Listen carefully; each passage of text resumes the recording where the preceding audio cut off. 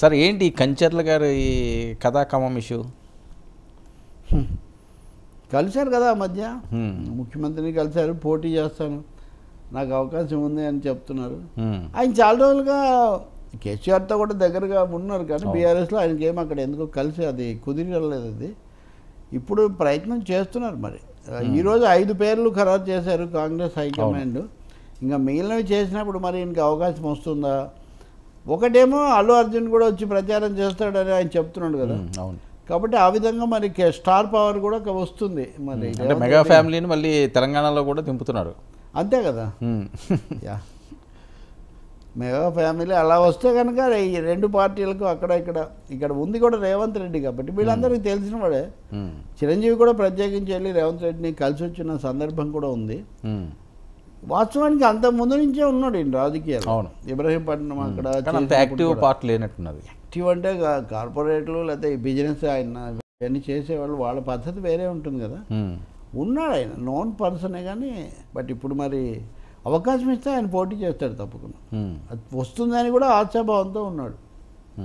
అంతకంటే పెద్ద బలమైన అభ్యర్థులు మెగా ఫ్యామిలీ అండ కూడా ఉంటుంది, రేవంత్ రెడ్డి గారు కాదనలేరు ఉంటుంది. అందుకనే there is a very possibility of is getting ticket. Sir నిన్న రామ్ చరణ్ది కూడా ఏదో ఆయన పవన్ కళ్యాణ్ గారికి కోసం క్యాంపెయిన్ చేయడానికి సిద్ధపడుతున్నారంటగా పెద్ద ఎత్తున వైరల్ అయింది. ఏదో జై జనసేన అని ఏదో ఆయన మాట్లాడినట్టు చేశారంటే ఈసారి ఆ రకమైన సపోర్ట్ ఇచ్చే ఛాన్స్ ఉంటుందా? ఎందుకంటే 2009లో ప్రజారాజ్యం పార్టీ పెట్టినప్పుడు అందరూ బయటకు వచ్చారు. అల్లు అర్జున్ వచ్చారు, రామ్ చరణ్ వచ్చారు, వీళ్ళు ఒక పెద్ద ట్రైన్ క్యాంపెయిన్ చేశారు. కానీ జనసేన అనేసరికల్లా మెగా ఫ్యామిలీ ఒక నాగబాబు గారు తప్ప మిగతా వాళ్ళందరూ కూడా ప్రత్యక్షంగా రావట్లేదు. ఏదైనా బలమైన కారణం ఉందంటారా దానికి? అంటే గతసారి కొంచెం కాంట్రవర్షియల్ అవ్వడము, రెండోది పెద్ద ఛాన్స్ అంతగా ఉంటుందనే అభిప్రాయం లేకపోవడం, మెయిన్గా జగన్ వర్సెస్ చంద్రబాబు అని ఉన్నందువల్ల కావచ్చు. కానీ వాళ్ళు నైతికంగానండి లేకపోతే వ్యక్తిగతంగా మద్దతు తెలుపుతూనే ఉన్నారు. మీరు చాలాసార్లు వరుణ్ తేజ్ మాట్లాడిన చూడండి, మొన్న నిహారిక ఎక్కడో ఇంటర్వ్యూ ఇచ్చింది చూడండి.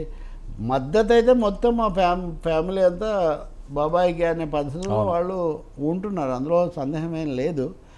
తర్వాత ఇప్పుడు వారాహి కూడా ఐ థింక్ ఎవరో వీళ్ళు ఈయనే పంపించినట్టుగా ఉన్నాడు వచ్చింది వార్త. నిజాలు ఎంతో మనకు తెలియదు, కానీ మొత్తానికి వాళ్ళు పూర్తి శ్రద్ధ తీసుకుంటున్నట్టయితే మనకు అర్థమవుతుంది. ఆ విధం మేరకు వాళ్ళ అమ్మగారు కూడా ఆఫీస్కి వెళ్ళి విరాళం ఇవ్వటం, అదంతా చిరంజీవి నమ్ముతున్నట్టు తన తమ్ముడు ఎప్పటికైనా ముఖ్యమంత్రి అవుతాడని ఆ కోరుకుంటున్నాడు. నమ్మకం కంటే కూడా ఆశ అది. ఈసారికి అయితే కాదు, 2029కి అయితే తమ్ముడికి ఛాన్స్ ఉండొచ్చు, బలంగా అప్పటి వరకు ప్రజల్లో ఉంటాడని ఆయన భావిస్తున్నాడు.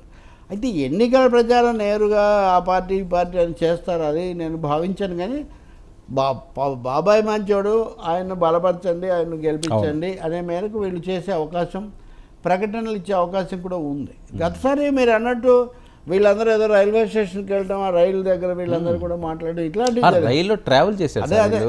అదే ప్రచారం కోసం బోగిళ్ళు అలాంటి కొన్ని జిమ్మిక్స్ ఇప్పుడు కూడా చేసే అవకాశం. అంటే జిమ్మిక్స్ అంటే మేము చిన్న సరదాగా కొన్ని పనులు అటువంటి ఇప్పుడు కూడా చేసే ఛాన్స్ ఉంది.